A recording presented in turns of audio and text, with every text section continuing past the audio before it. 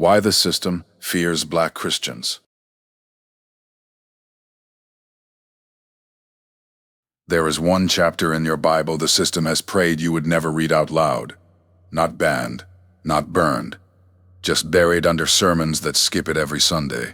Deuteronomy 28, 54 verses of warning, starting at verse 15, ending at verse 68. And tonight you are going to read it with me, line by line, the way Moses spoke it on the plains of Moab. This is not a curse video. This is a mirror.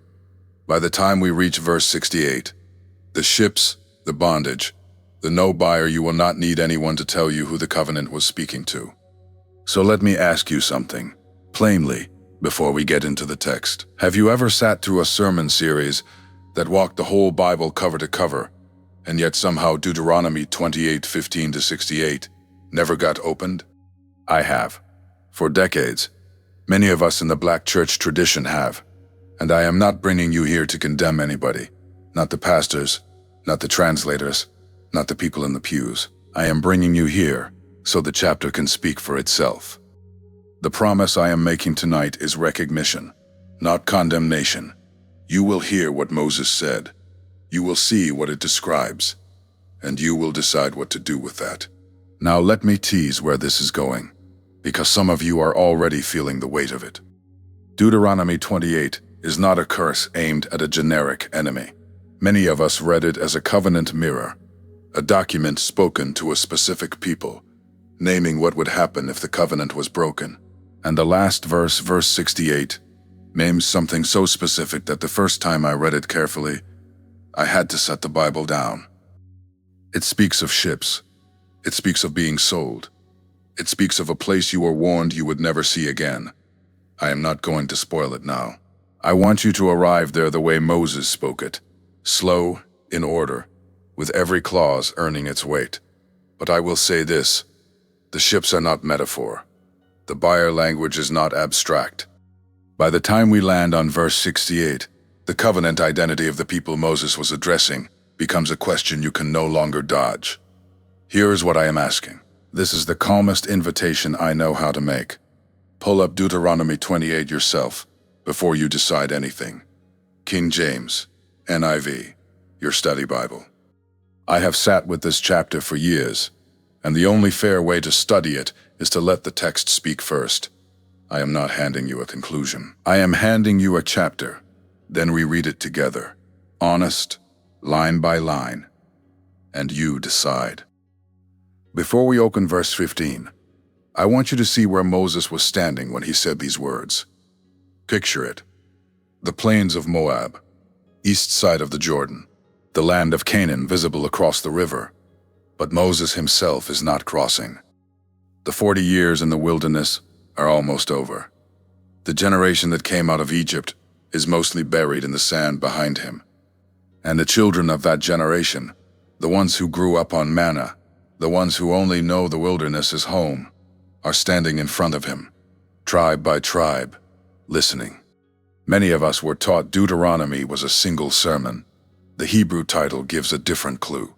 The word is Devarim, the words. This is a covenant document, spoken aloud, in the genre of ancient suzerain treaties. Most people read Deuteronomy 28 like a thunderstorm of bad news that drops out of nowhere. I used to read it that way too. Then I came back to chapter 27. The stones on Mount Ebal, the altar coated in plaster, the Levites turning toward the people. And I realized verse 1 of chapter 28 is not the start of the speech.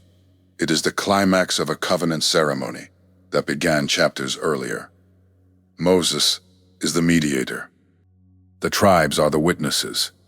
The text, and I want you to hold this carefully, is the contract being read aloud one last time before the people cross into the land. Verse 1 begins with one of the most overlooked sentences in the Bible. And it shall come to pass, if thou shalt hearken diligently unto the voice of the Lord thy God, to observe and to do all his commandments. That is the if. Verses 1 through 14 spell out the then. Many in this tradition see verses 1 to 14 as one of the richest blessing passages in the whole Torah. Blessed in the city, Blessed in the field, blessed in the basket, blessed in the store, the fruit of your body and the fruit of your ground, plenteous in goods, the head and not the tail, above only and not beneath. 14 verses of blessing.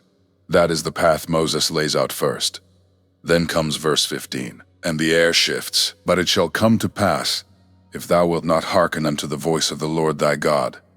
Same conditional structure, same if, then logic. Only now the consequences run for 54 verses instead of 14. I have to be honest, there were times I just skimmed over these 14 verses with a deep sense of skepticism. When you and your community have grown so accustomed to receiving bad news, it is hard to allow yourself to believe that these radiant blessings are also inherent legacy. The reason the warning is longer than the blessing is not because God is harsher.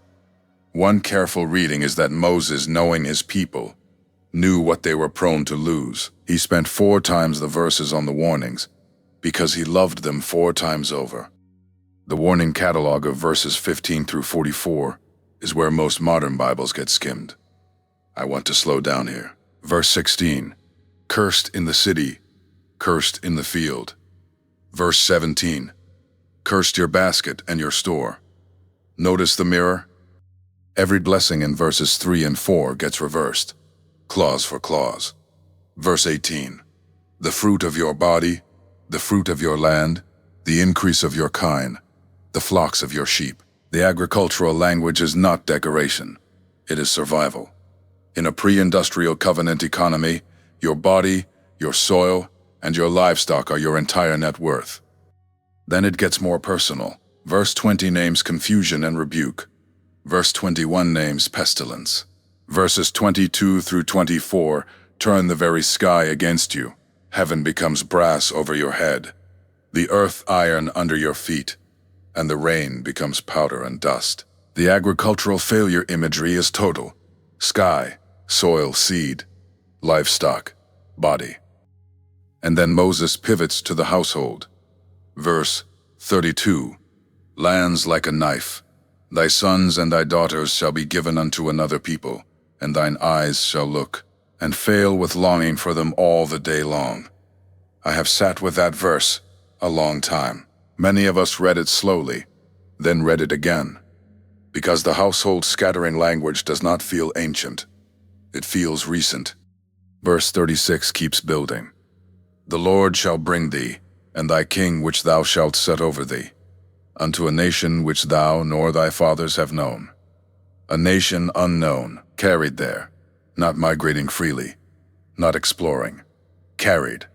And in that unknown nation, verse 36 continues, you will serve other gods, wood and stone. The warning catalog is not abstract suffering. It is named scattering, sons and daughters, fields and herds, identity and worship, all rerouted to a place your ancestors had never seen. Now, here is the part that gets less attention than it should. This chapter survived every translation cycle. Many in this tradition wonder why. The Masoretic Tanakh preserves Deuteronomy 28 with its full warning catalog. The Greek Septuagint, translated by Jewish scholars in Alexandria roughly 2 centuries before Christ, carries the same verses in essentially the same order. The Latin Vulgate, rendered by Jerome in the 4th century, preserves the same architecture. And when the Dead Sea Scrolls were discovered between 1947 and 1956 in the caves near Qumran, the Deuteronomy fragments, including portions of chapter 28, matched the medieval Masoretic copies with remarkable fidelity. I want to be honest with you about how I frame this. I do not use conspiracy language about this chapter. The evidence does not support that framing. What I say and what I have come to believe after many years of sitting with manuscript history is that this chapter survived in plain sight. The warnings were never excised. They were never softened. From the Tanakh, to the Septuagint, to the Vulgate, to the King James, to the modern translations on your phone, verses 15 through 68 are intact. in essentially the same shape. Which means the question is not why the chapter was hidden. The question is why so few of us were ever taught to read it slowly. That distinction matters. One assumes a conspiracy. The other assumes neglect. The evidence supports the second reading, not the first. And that is the question we are going to spend the rest of the video answering, by reading the chapter ourselves, verse by verse, in order, the way Moses spoke it. Now we land at verse 47, and the language sharpens in a way that has stayed with me since the first time I read it as a young man. Because thou servest not the Lord thy God with joyfulness, and with gladness of heart, for the abundance of all things. Verse 48 follows immediately. Therefore shalt thou serve thine enemies, which the Lord shall send against thee, in hunger, and in thirst, and in nakedness, and in want of all things. And he shall put a yoke of iron upon thy neck, until he have destroyed thee. Read it again slowly with me. Hunger, thirst, nakedness, want of all things, and a yoke of iron upon the neck. When I was younger, I treated iron yoke as a poetic phrase. I assumed Moses meant a heavy burden in general, the way we say, carrying a weight. Then I started studying ancient Near Eastern archaeology, and I had to revise. The iron yoke is a specific object in the historical record. Excavations across Mesopotamia, the Levant, and later in West African coastal forts have uncovered iron neck restraints with crossbars and locking mechanisms.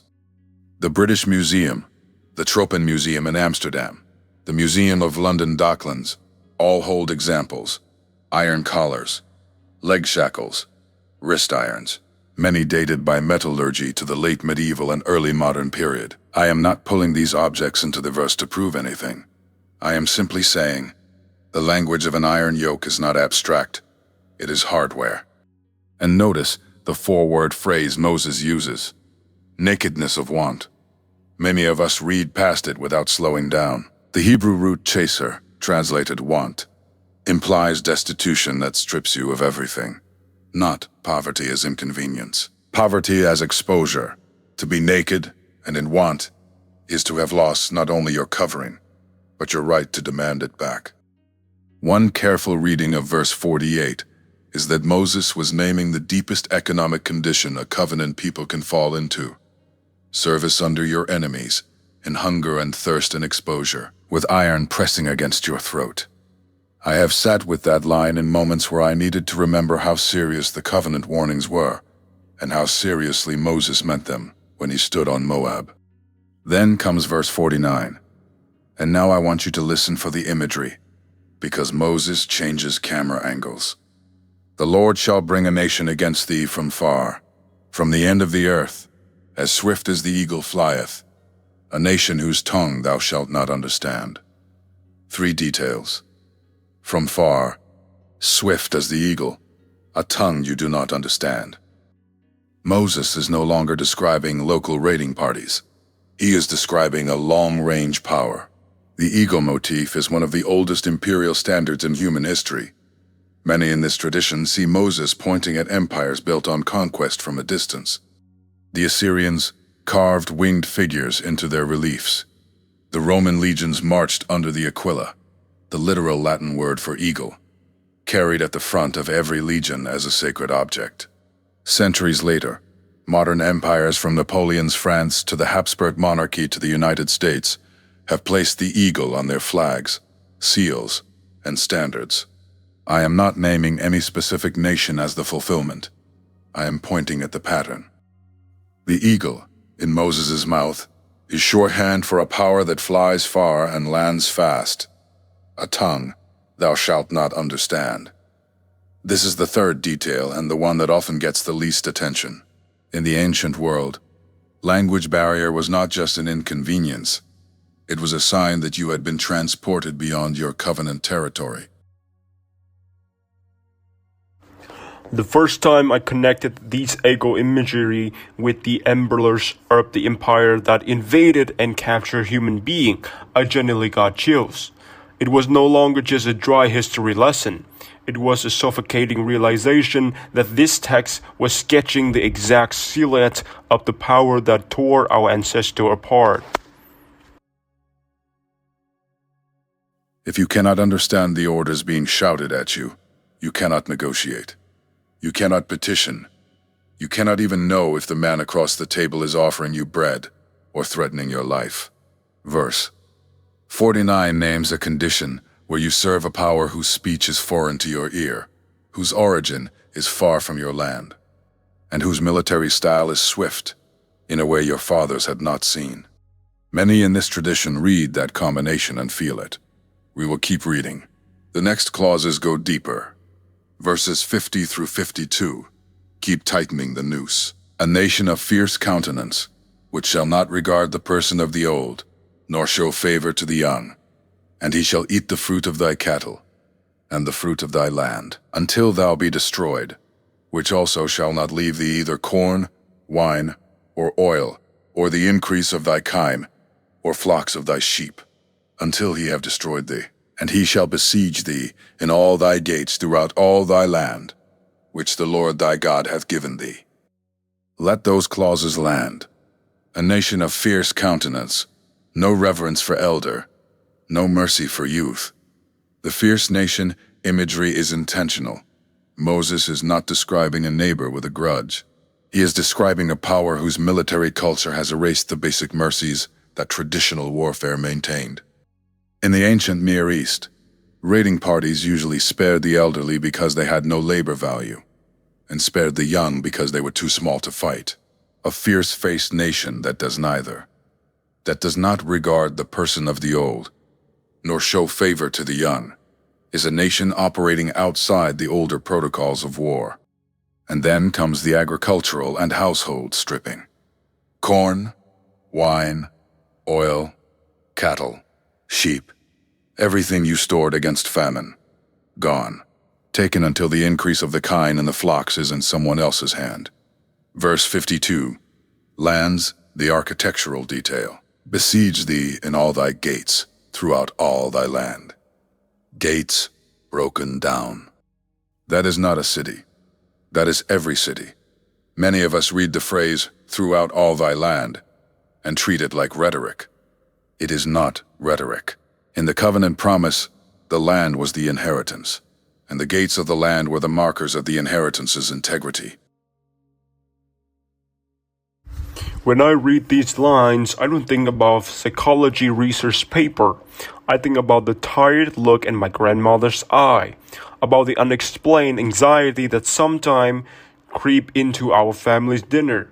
I realized that this profound sorrow wasn't because we were inherently weak, but because it had seeped into our very blood and bones from centuries of scattering. When the gates are broken down, the covenant has been ruptured at every checkpoint. Sit with that picture.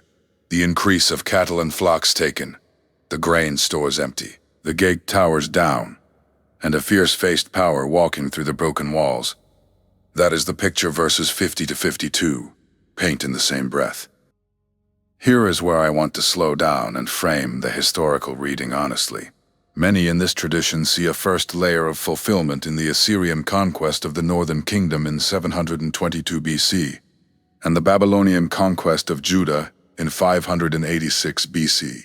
Sennacherib's annals on the Taylor prison, housed in the British Museum, describe sieges of Hebrew cities with the same language of starvation and removal.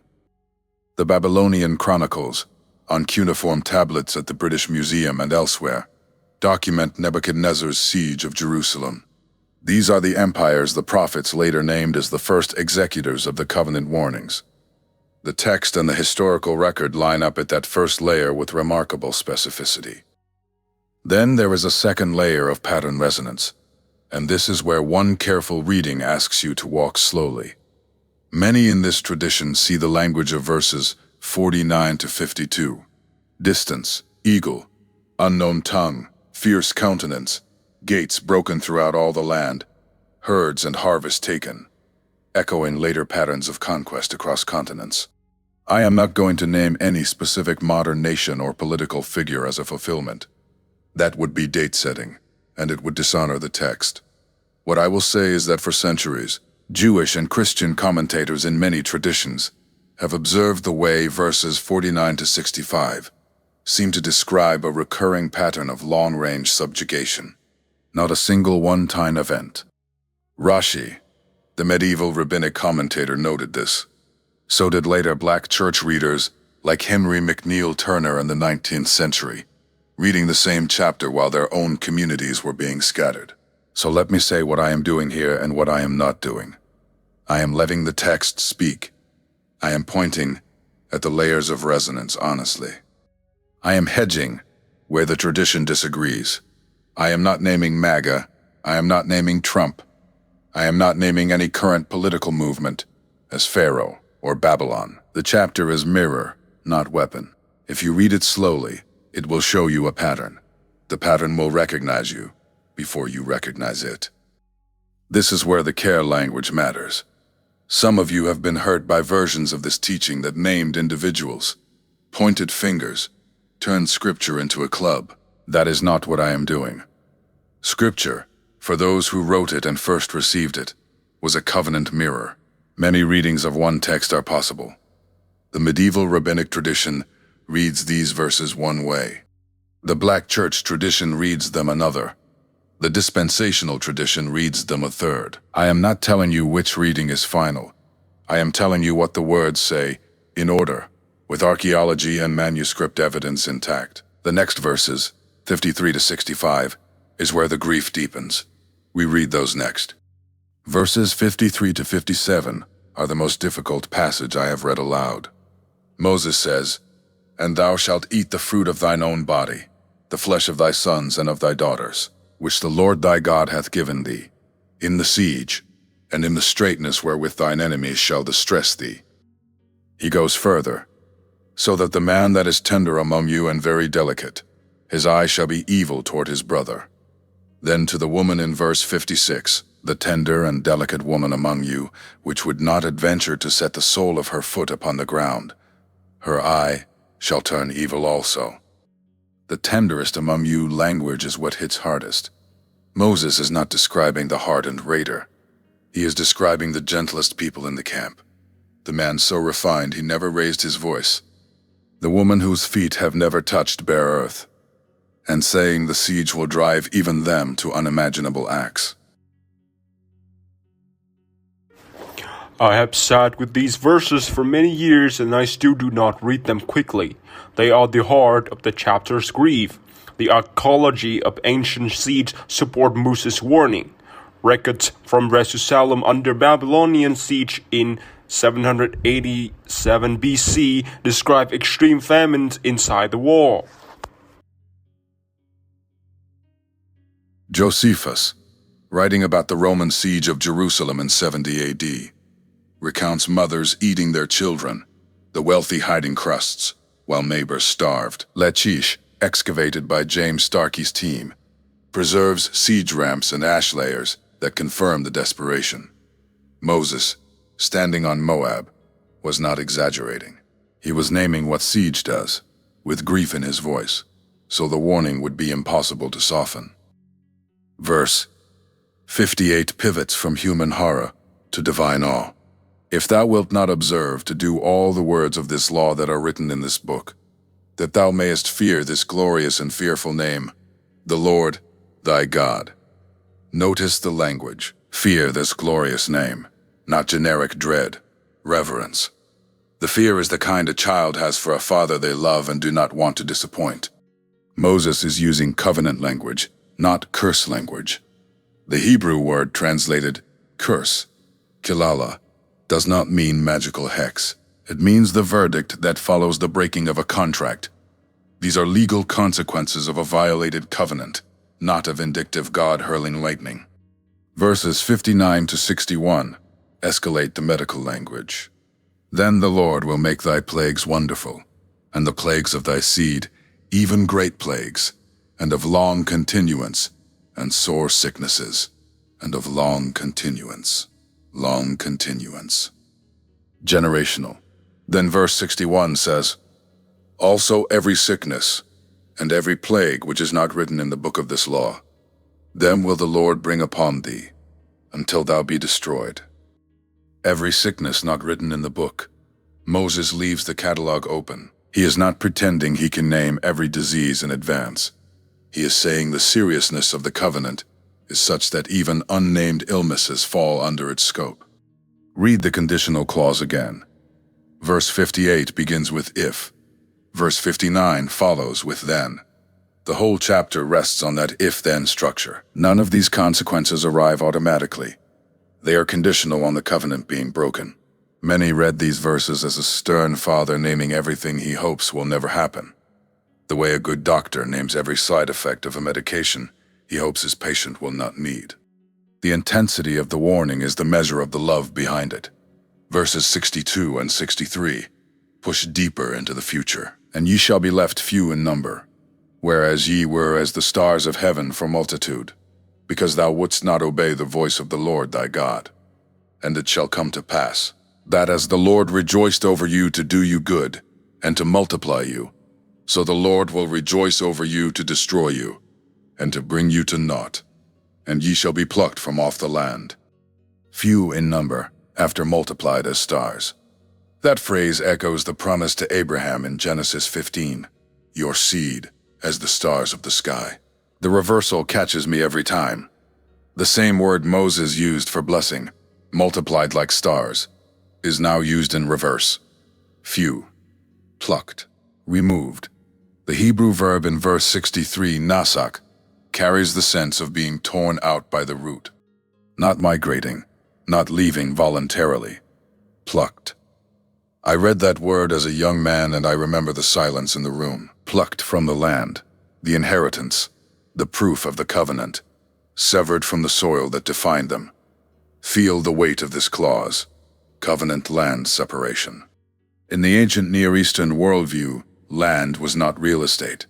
It was the visible sign of the covenant relationship. A people without their land was a people whose bond with their God was being publicly questioned. Moses is naming a future where the covenant people would be torn out of the territory that proved they belonged. Many of us read this passage and have a moment of recognition, not as proof, just as resonance. Verses 64 and 65 name the rest of that journey. Verse 64 is one of the verses I have copied into the margins of 3 different Bibles over the years. And the Lord shall scatter thee among all people, from the one end of the earth even unto the other. And there thou shalt serve other gods, which neither thou nor thy fathers have known, even wood and stone. Read it again, from the one end of the earth even unto the other. Many in this tradition read that phrase and pause, because Moses is not naming a single direction. He is not saying Assyria. He is not saying Babylon.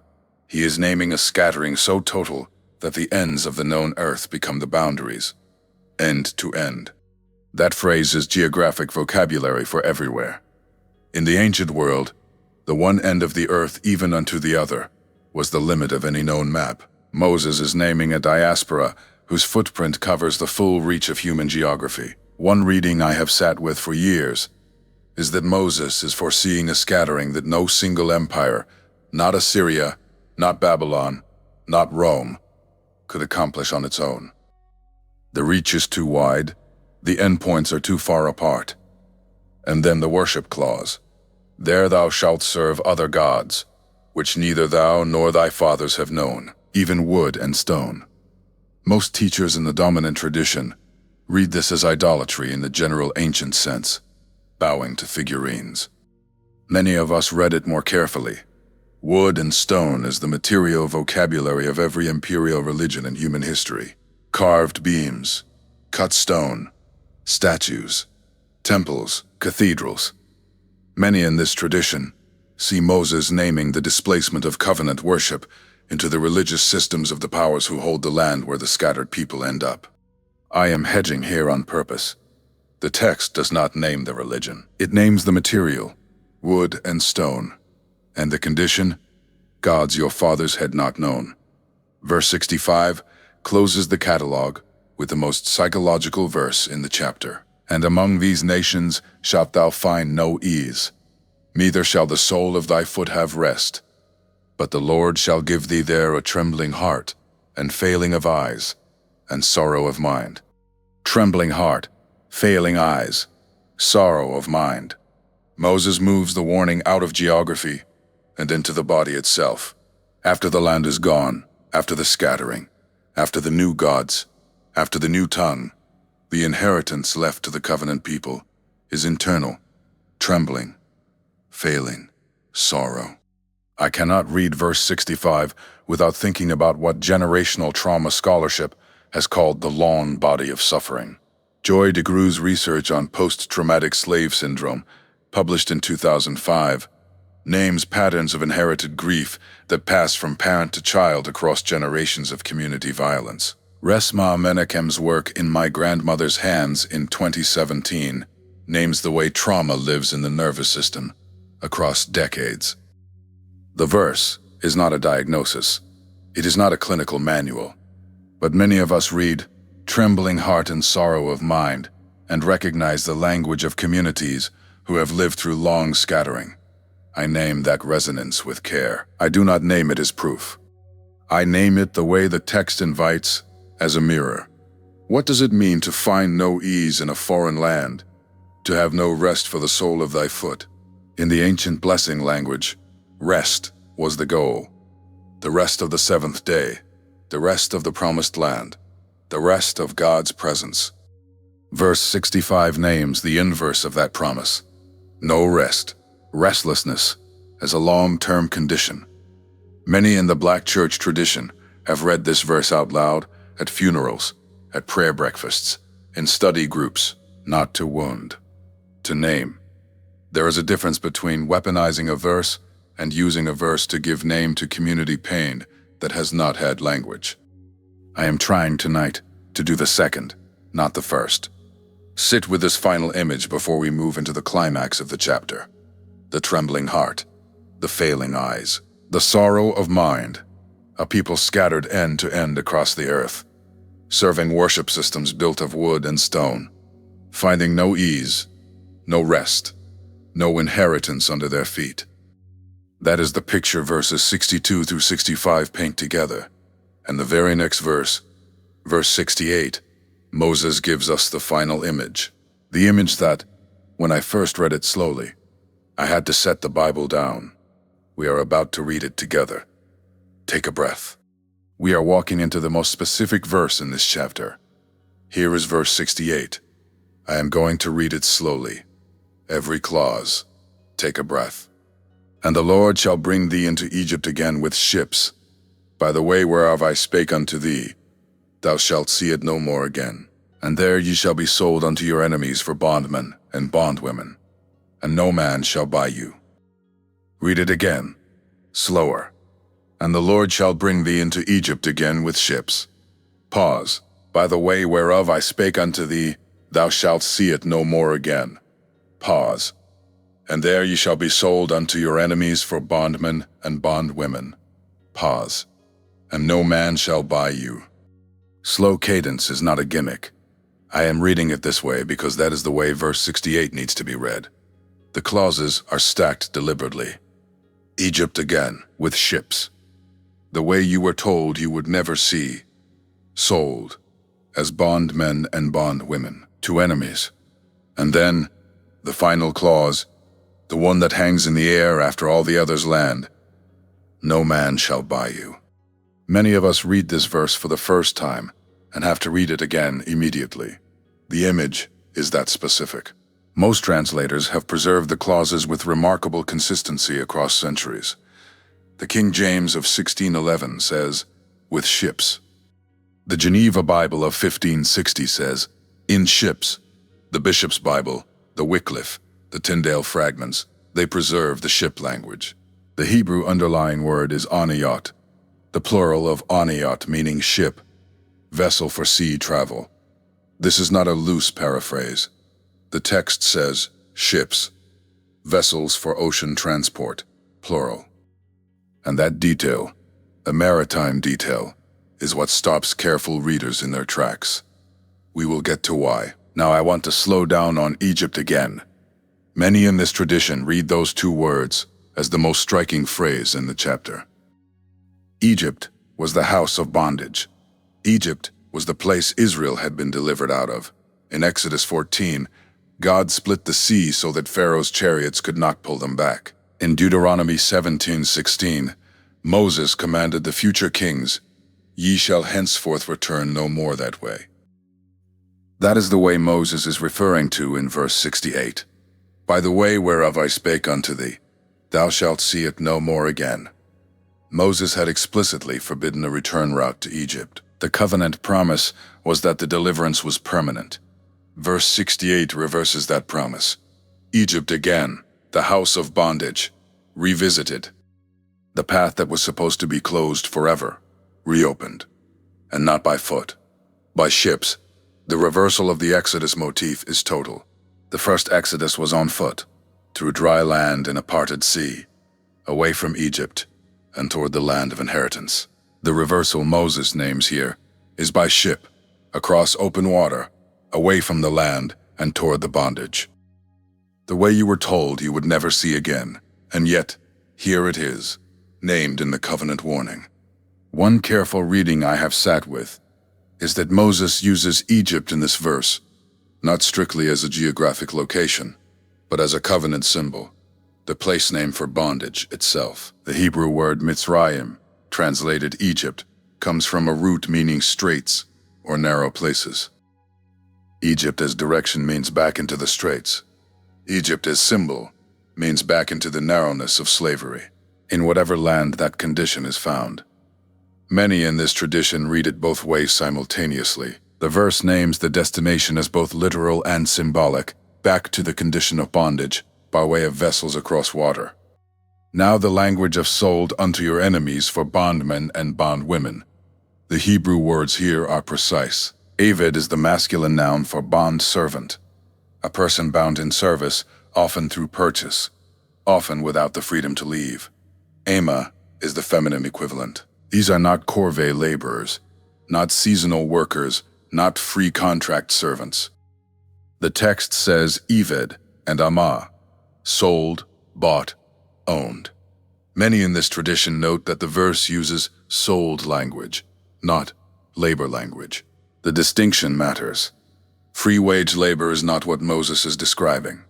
The historical record of transoceanic trade in human beings preserves ship manifests. The Voyages, Transatlantic Slave Trade Database, documents over 36,000 individual voyages between 1514 and 1866. Each voyage carries a record, ship name, ports, number of captives, number of arrivals, the Clotilda, the Brooks, the Henrietta Marie, names preserved in court records and customs ledgers. One reading I have sat with is that the historical category Moses describes, being carried across open water and sold as Eved and Amma, has a documentary footprint in the modern era that resonates with the verse. Many in this tradition note the alignment carefully and without claiming proof. I am going to keep my framing agentless throughout this analysis. I am not naming individuals. I am not naming nations. I am letting the text and the historical category sit side by side. The verse says ships. History records ships. The verse says sold as bondmen. History records sale as bondmen. The verse says enemies. History records the buyers. I am pointing at the alignment of vocabulary. Slowly, in order. What you do with that alignment is your call. The next part of this verse, the no-buyer phrase, is where the catastrophe deepens. We will sit with it next. Now the final clause. And no man shall buy you. Read it again. No man shall buy you. Many in this tradition spend more time on this single phrase than on any other clause in the chapter. Most teachers in the dominant tradition skip it entirely, or treat it as poetic exaggeration. I read it as the catastrophe inside the catastrophe. Consider what it means to be sold and unbought, to be carried across water, displayed at the marketplace, offered for purchase, and yet no buyer steps forward. In the economy Moses is describing, being bought was the last protection a captive had. A buyer meant shelter, however cruel.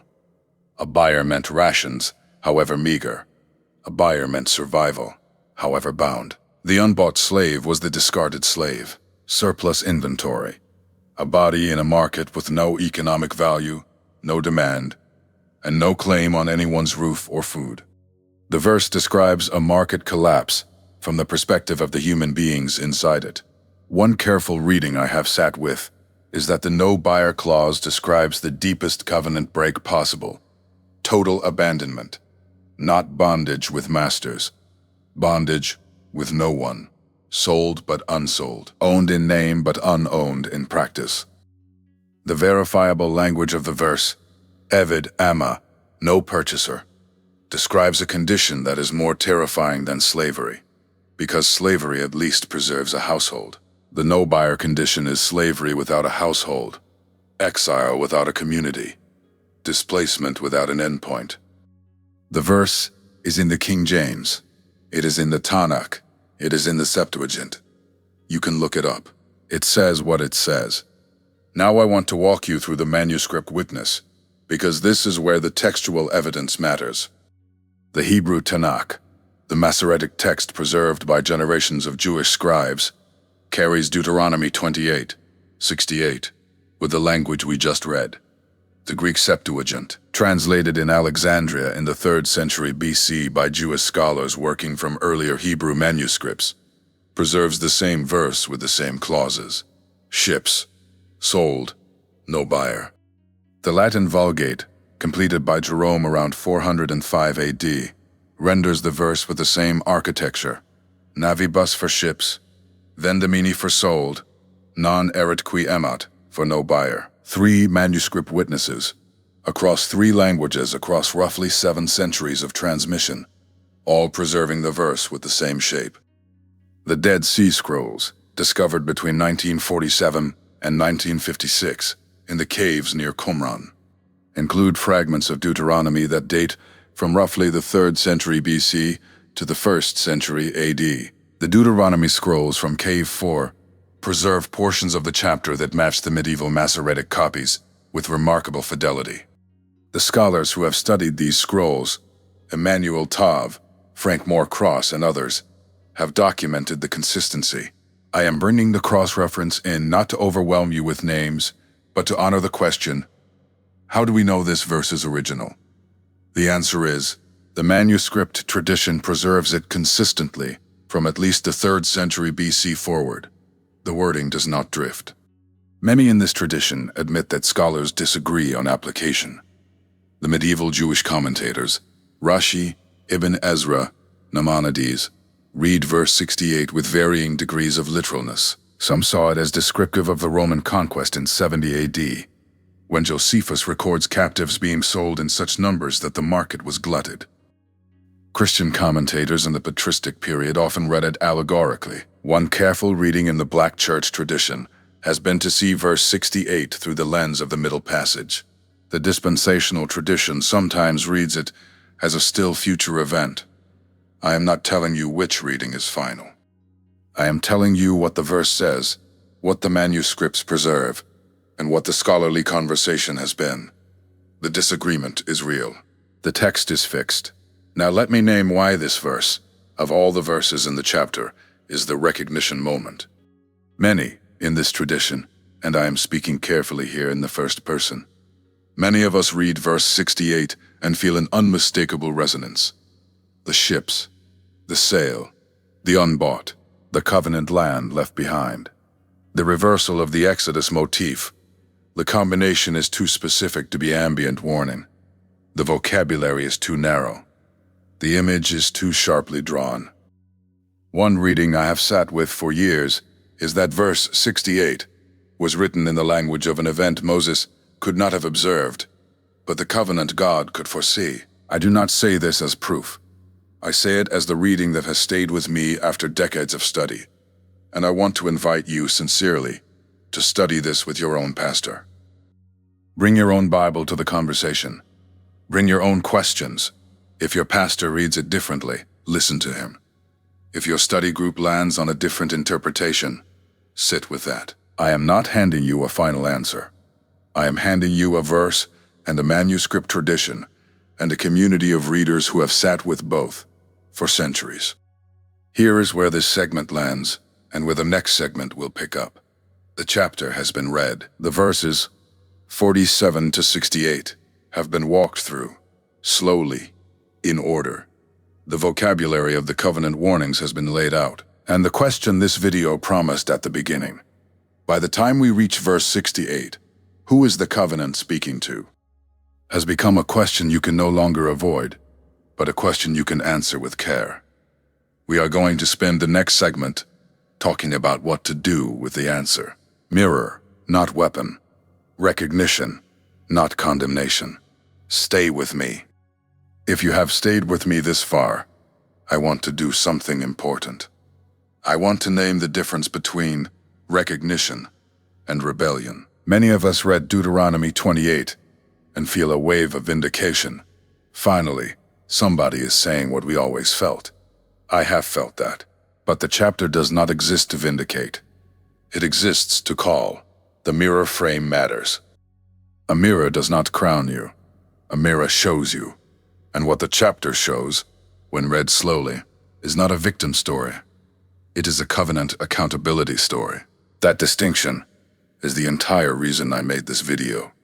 Many of us in the Black church tradition have inherited two voices about this passage.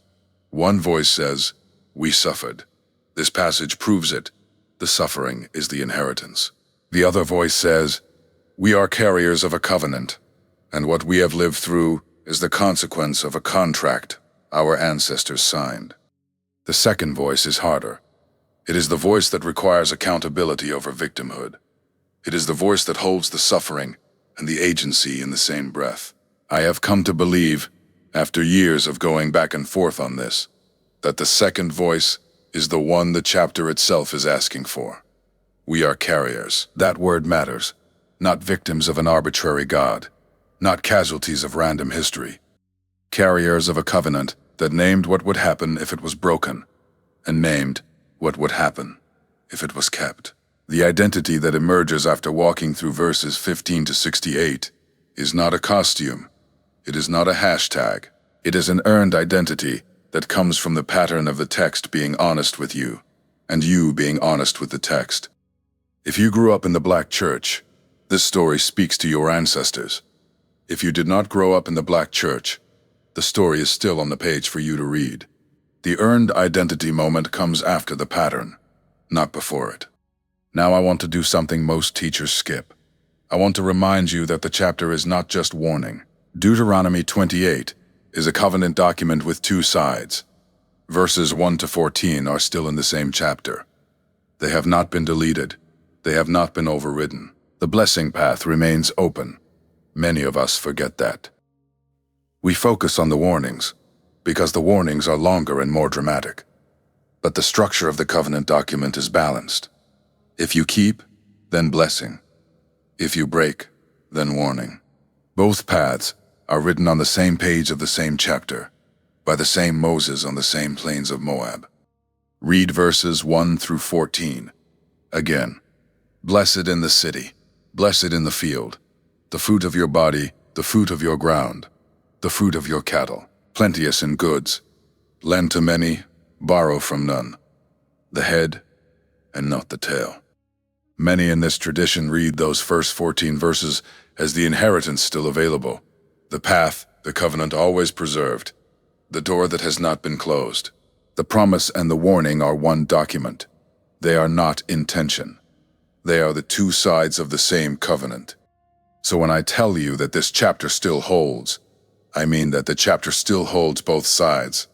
The warnings have a documentary footprint in the long scattering. The blessings have a documentary footprint. In every season, our people have hearkened diligently to the voice of the Lord. Many of us have lived in seasons where both halves of the chapter felt present at the same time, pressure on one side, blessing on the other.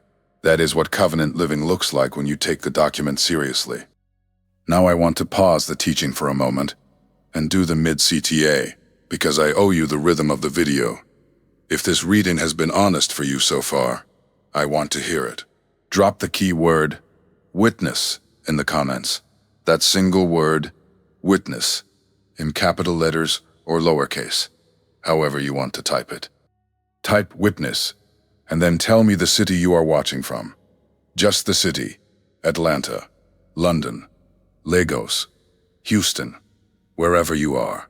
The comment section becomes a map of people who sat through Deuteronomy 28, read out loud and stayed honest about what they heard. One more thing. If somebody in your life is wrestling with this chapter, somebody who felt the resonance but did not have vocabulary for it, share this video with one person. Not a group chat. One person. That is how this teaching travels. Slow, careful, person to person. No individual is being called out. The text is being read out loud. You are part of the conversation. Now I want to do something that I think is necessary before we close. I want to name clearly that covenant specificity is not the same thing as supremacy. The chapter we just read is specific. It addresses a people. It names a scattering. It names a return. But specificity in a covenant document is not a ranking of human beings. Scripture itself is clear about this. Genesis 1:27 says God created humanity in his image, all flesh from Adam, every body, every face, every tongue. The covenant was given to a specific people for the sake of all humanity, not at the expense of all humanity. I want to say this carefully because I have watched teachers turn covenant specificity into supremacy, and that move always ends in damage. The text does not authorize that move. Many in this tradition have come to understand that covenant inheritance is grace, not superiority. Grace means the gift was given without merit, carried for centuries by people who were as flawed as any other people, and held in trust for a purpose larger than the people themselves. The covenant is a stewardship. It is not a status symbol. If you walk away from this video thinking we are better than them, you have misread the chapter. Read it again. Revelation 7-9 paints the picture I want to leave you with on this point. A great multitude, which no man could number, of all nations and kindreds and people and tongues, stood before the throne. Every tribe, every tongue, standing together. The end of the story is not one people elevated, and all others diminished. The end of the story is every tribe and every tongue worshiping the same Lord at the same throne.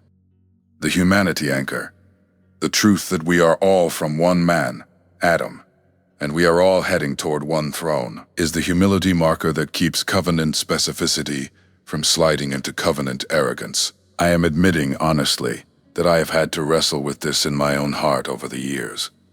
Covenant identity is a gift. Gifts do not breed superiority, they breed gratitude. Now I want to point you to the verses Moses wrote next, because the chapter does not end at Deuteronomy 28:68. Moses kept speaking.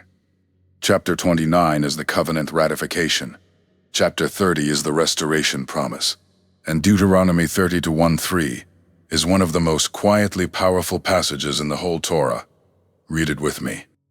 And it shall come to pass, when all these things are come upon thee, the blessing and the curse, which I have set before thee, and thou shalt call them to mind among all the nations, whither the Lord thy God hath driven thee, and shalt return unto the Lord thy God, and shalt obey his voice. Verse 2 continues, Then the Lord thy God will turn thy captivity, and have compassion upon thee, and will return and gather thee from all the nations, whither the Lord thy God hath scattered thee. And verse 3 lands the promise, If any of thine be driven out into the outmost parts of heaven, from thence will the Lord thy God gather thee, and from thence will he fetch thee. Sit with that. From thence will he gather you. The word thence, misham in the Hebrew, means from that very place, not from a neutral location.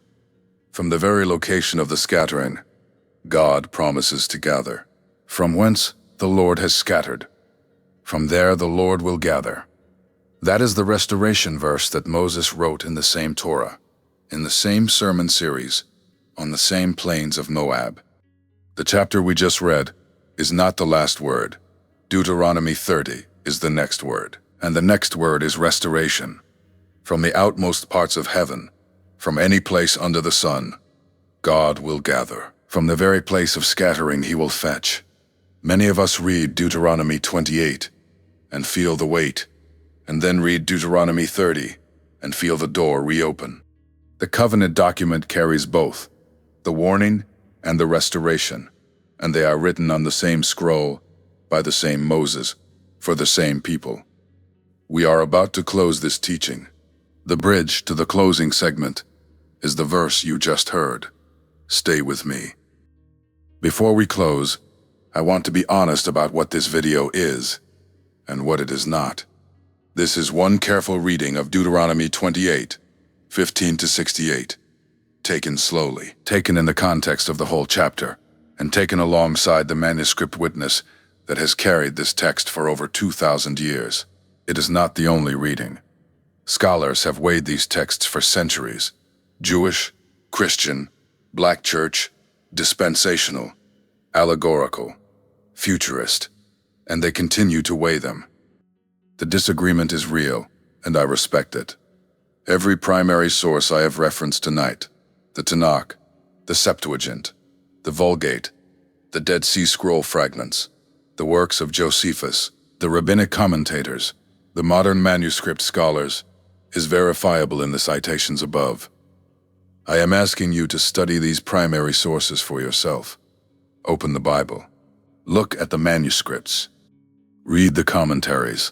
Sit with the disagreements. Bring your honest mind. The strongest faith is the faith that has done its homework.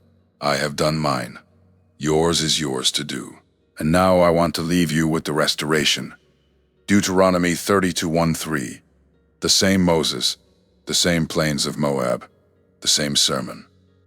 And shalt return unto the Lord thy God, and shalt obey his voice. Then the Lord thy God will turn thy captivity and have compassion upon thee, and will return and gather thee from all the nations, whither the Lord thy God hath scattered thee. If any of thine be driven out into the outmost parts of heaven, from thence will the Lord thy God gather thee. This is your inheritance, both halves of the covenant. The warning honored, the restoration promised. So I want you to claim it out loud tonight. Not silently, not in your head, out loud. Wherever you are sitting, your living room, your car, your kitchen, say the words. I walk covered, I walk named. I am gathered from where I was scattered. Walk covered means the blessing path remains open to you. Walk named means the covenant identity has not been erased. The restoration is real because the covenant is real. Speak it, then live it. 3 things before I close in prayer. First, subscribe to this channel so you do not miss the next chapter. We are walking through these passages one careful reading at a time, and the next video is already in production. Second, share this video with one person of any background: Black, white, Asian, Latin, African, Caribbean. Everyone needs to know this truth. The truth that Scripture preserved this chapter. The truth that the restoration is on the same scroll as the warning. There is no division in this sharing. The text is for the whole human family. Third, walk in this truth. Do not let the chapter become a debate point for your social media feed. Let it become a conversation in your home, with your family, in your study group. The verses we read are not weapons. They are not slogans. They are Scripture. Read slowly, with honesty and care. Carry them that way. Carry them with humility. Carry them with the readiness to be corrected. That is how truth travels and stays clean. Let us close in prayer. Father, we thank you for revealing one careful reading of your covenant tonight. We thank you for the prophets who spoke. We thank you for the scribes who preserved. We thank you for the scholars who have weighed these texts across centuries. Bless every person watching across every nation and every tongue. Bless the listener in Atlanta, in London, in Lagos, in Kingston, in Houston, in every city the map of this comment section will hold. Bless the covenant people, named with humility and not arrogance. Bless those who hear this teaching for the first time, and bless those who have wrestled with it for years. May the warning sober us, and may the restoration carry us. May we walk covered. May we walk named. In your holy name, amen. Walk in truth. You are free. The content presented on Dark Logic is for educational, historical, and commentary purposes, based on a specific textual analysis of historical and scriptural manuscripts. It is not intended to provide professional theological advice or assert definitive sociological conclusions. Viewers are encouraged to conduct their own independent research and consult with their respective faith leaders. All historical references are documented for academic review and exploration.